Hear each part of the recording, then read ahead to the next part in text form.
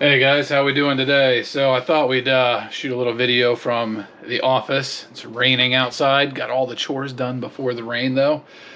This is a real common question that was posted here in the Farm Builder Entrepreneurs group a week or so ago. I thought we would just read it and go over it because it's something that I see pop up a lot. It's something that we kind of went through a little bit on ourselves. It's part of growing up as a business and figuring out what you're all about and what you're good at and how to actually make money. So let's go ahead and jump into this thing. Okay, this is going to be kind of a long post, but we really need some insight from outside of our lives. Good right out the gate there of seeking outside input into a situation or a problem you have. All right, back to the post. Currently, we try to farrow to finish enough hogs to butcher at least 2 hogs a week. We also have cattle at a leased farm, lambs at the home farm, and both of us work outside the farm too. My husband is on the board of education and I collect eggs every other day at another farm in exchange for hay.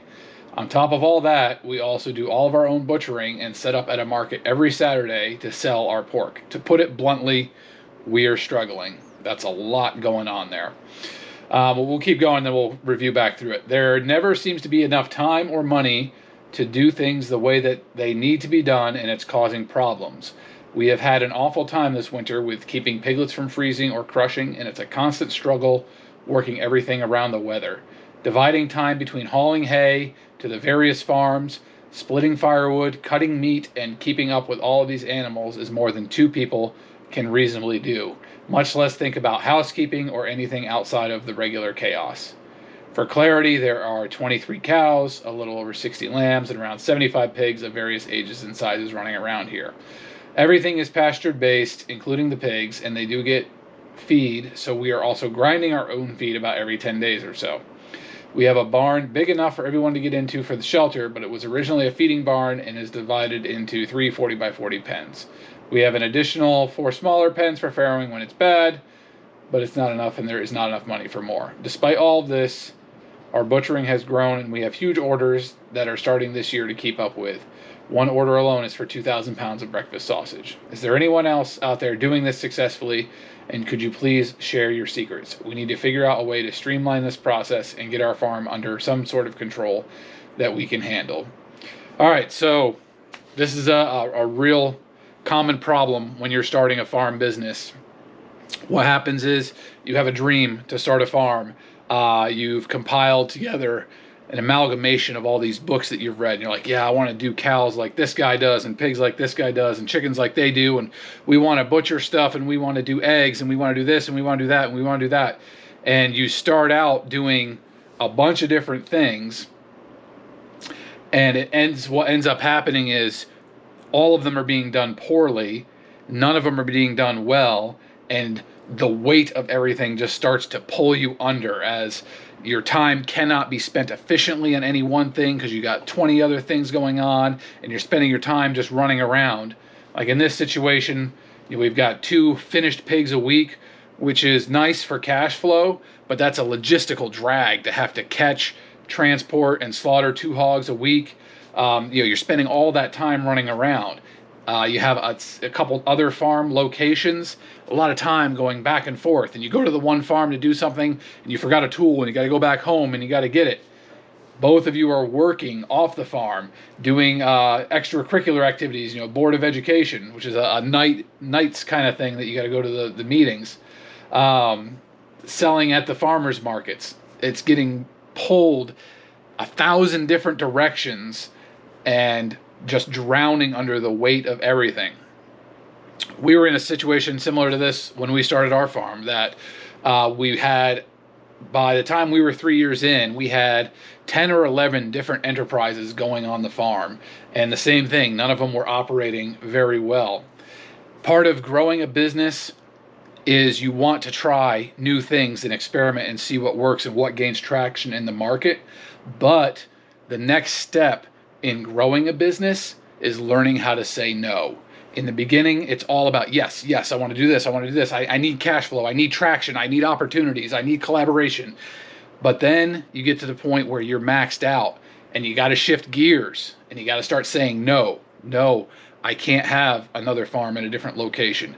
I can't do another farmer's market. I can't do another enterprise. What is it that we do really well on our farm? What enterprises do we excel at? What is profitable in the market? Focus on those and start shedding off everything else.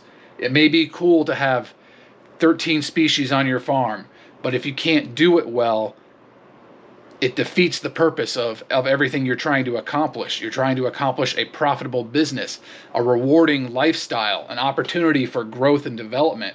And you can't do that if you're being drowned under the weight of your own business. So the hardest thing to do when you start that business and you start getting a little bit of traction is to learn to start saying no and shedding off these other things.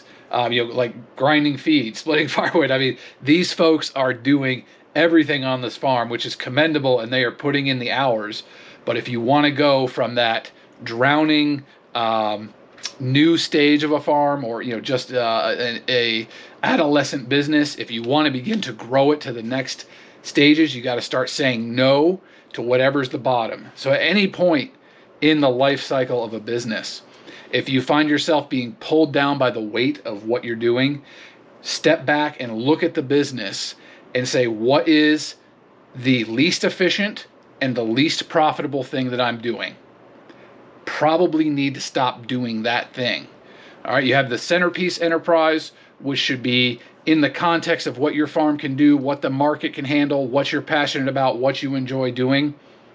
Somewhere around the edges, there's going to be something that's inefficient and is not the most profitable thing that you could do, and it's unnecessary. Maybe you could get someone else to do it. You could farm it out, so to speak.